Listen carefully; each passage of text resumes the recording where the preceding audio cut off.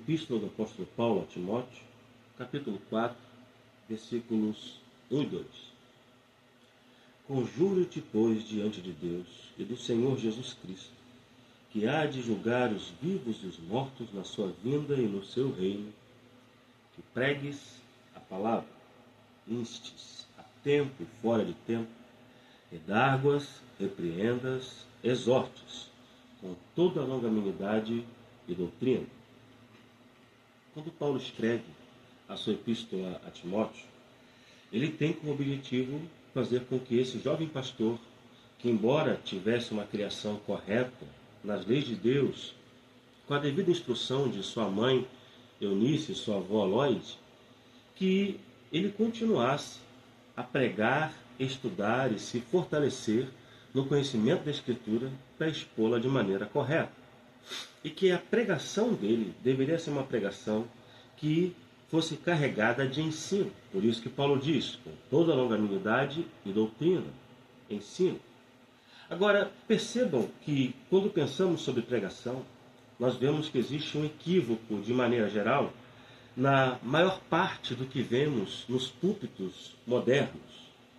Muita gente se intitula pregador, tem uma postura de pregador, carrega uma Bíblia de estudo para o púlpito, mas quando começa a pregar você percebe que não passa de alguém que está ou repetindo alguma coisa que ouviu de terceiros, ou então alguma coisa que ele quer falar.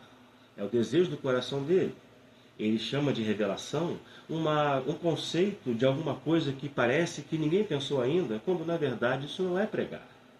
Pregar é pregar a palavra, é instruir de acordo com a Escritura, é ser fiel ao texto bíblico, pregando de maneira com que as pessoas entendam o que o texto bíblico tem a dizer. Isso é pregar a palavra. Quanto à aplicação, quanto ao que você vai falar sobre aquele texto e sua aplicabilidade aos que estão ouvindo, sempre devem haver pilares firmados sobre este ato. Uma pregação não pode ser um entretenimento. Não pode ser alguém disposto a fazer com que o público ria, ou que o público ache muito espiritual, ou que o público se emocione. O dever do pregador é expor o texto bíblico e fazer com que esse texto bíblico traga sobre aqueles ouvintes resultados. Não resultados referentes a manifestações epidérmicas ou a euforia histérica, não. Mas quais seriam esses resultados que a pregação deve trazer?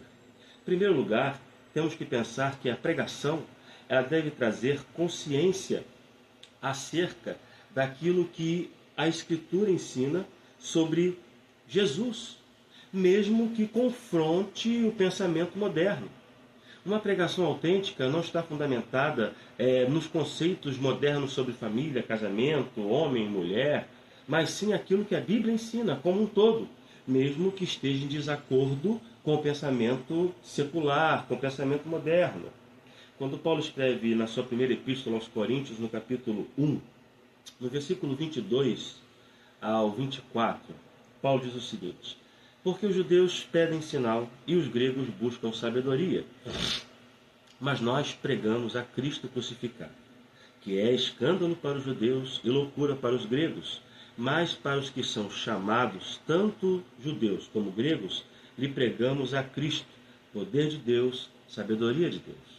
A mensagem da ressurreição de Jesus, a mensagem sobrenatural do Evangelho, as verdades sobre o céu, sobre a vida eterna, sobre a ressurreição dos mortos, devem ser expostas de maneira completa. Não podemos deixar de falar sobre esse assunto na pregação.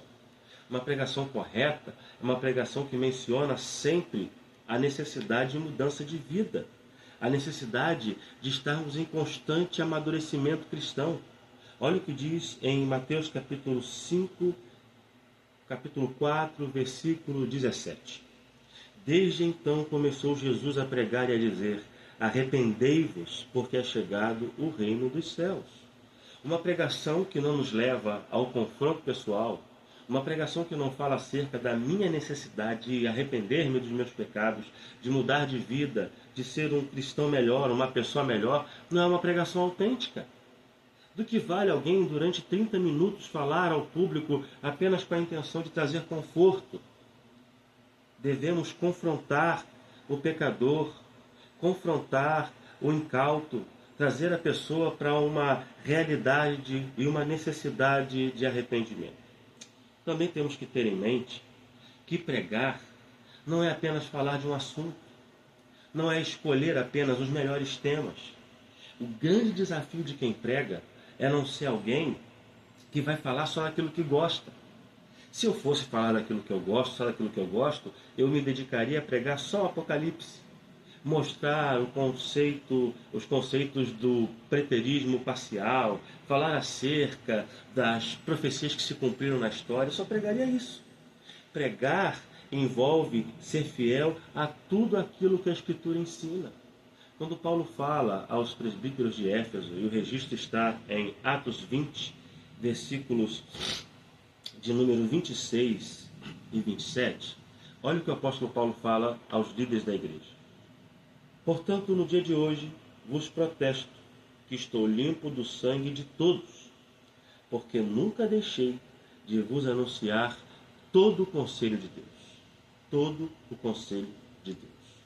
Paulo pregava falando sobre tudo aquilo que a Escritura ensinava. De maneira dedicada, ele não omitia temas. Assim também, o pregador verdadeiro, ele não omite temas. Ele prega a palavra de maneira plena e fala de todos os assuntos. E, em último lugar, a pregação deve ser a pregação que trata na pessoa de Cristo em sua centralidade. Ficar falando sobre Moisés é importante? Sim, se apontarmos para Cristo. Falarmos sobre Elias, Eliseu, os profetas é importante? Sim, está na Escritura? Está.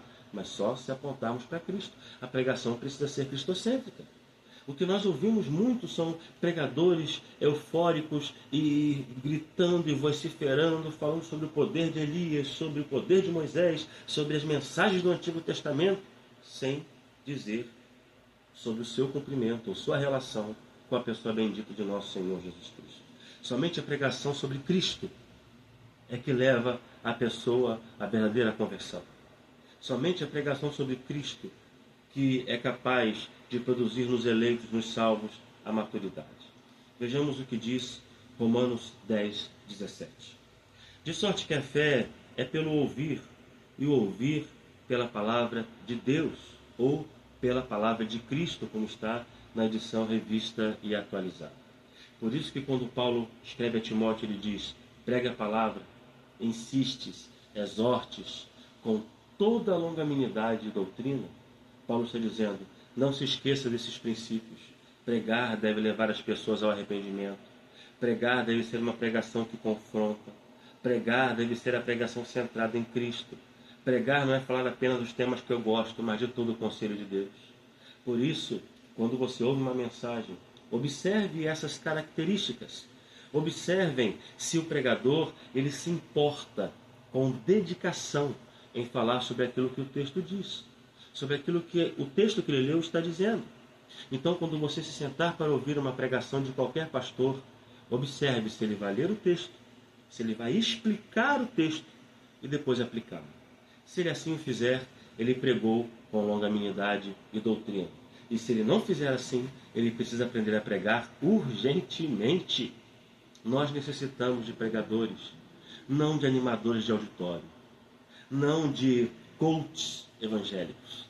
Nós não precisamos de pregadores que tratam a pregação como stand-up. Precisamos de pregadores como Timóteo, como Paulo, como os apóstolos, como os pais da igreja que se preocupavam em ensinar o que a Escritura diz. Ou nós nos atentamos a isso, como os reformadores faziam. João Calvino pregava expositivamente, Lutero pregava expositivamente. Nós que somos cristãos protestantes temos exemplos a seguir.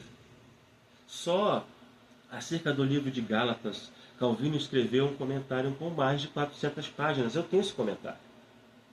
O pastor Hernandes Dias Lopes, em seu livro Pregação Expositiva e sua importância para o crescimento da igreja, ele diz que a constatação que podemos ter na atualidade, na maioria dos púlpitos evangélicos, é que a maioria dos pregadores não pregam.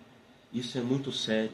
Precisamos resgatar a pregação bíblica, a pregação expositiva, ensinar o povo a Escritura, deixarmos de lado alguns temas que são triviais, temas que falam acerca apenas dos homens e seus desejos, e nos importarmos em ensinar ao povo a santa palavra de Deus.